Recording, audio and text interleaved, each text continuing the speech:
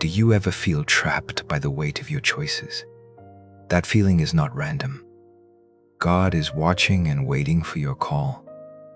You may find yourself immersed in shadows, struggling to see the light. Maybe you think you're unworthy of His mercy.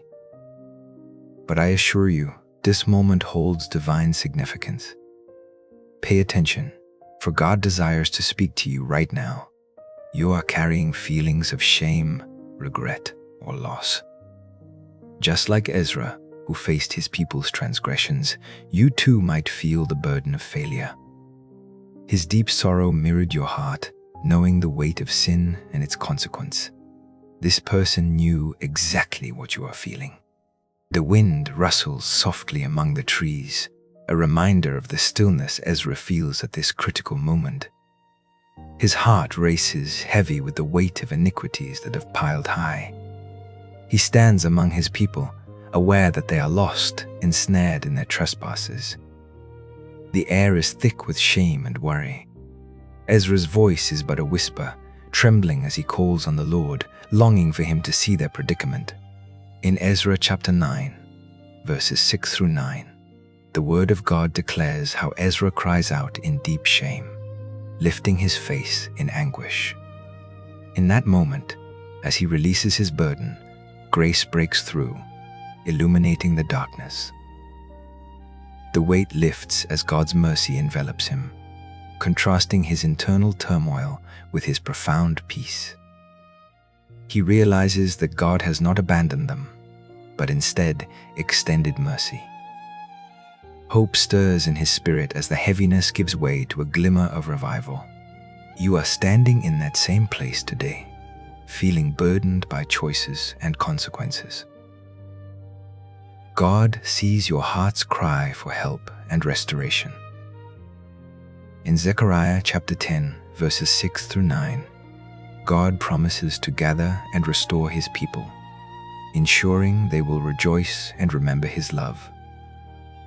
This promise extends to you, inviting you to embrace a new beginning.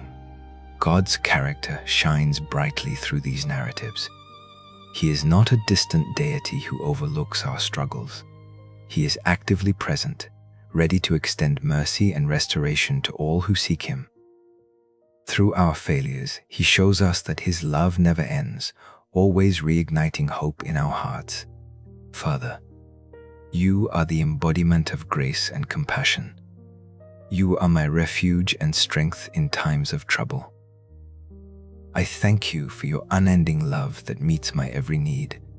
Thank You for the renewing power of Your mercy that washes over me afresh each day. I have turned away from trusting You. I have held tightly to past disappointments. I have let fear dictate my choices. I have been embarrassed by my failures. I have refused to forgive myself. I have neglected Your call to deeper faith. You are holy, yet I am broken. I release my burdens and the weight of my past. I release my need for control over my circumstances. I release my doubts and embrace Your mercy.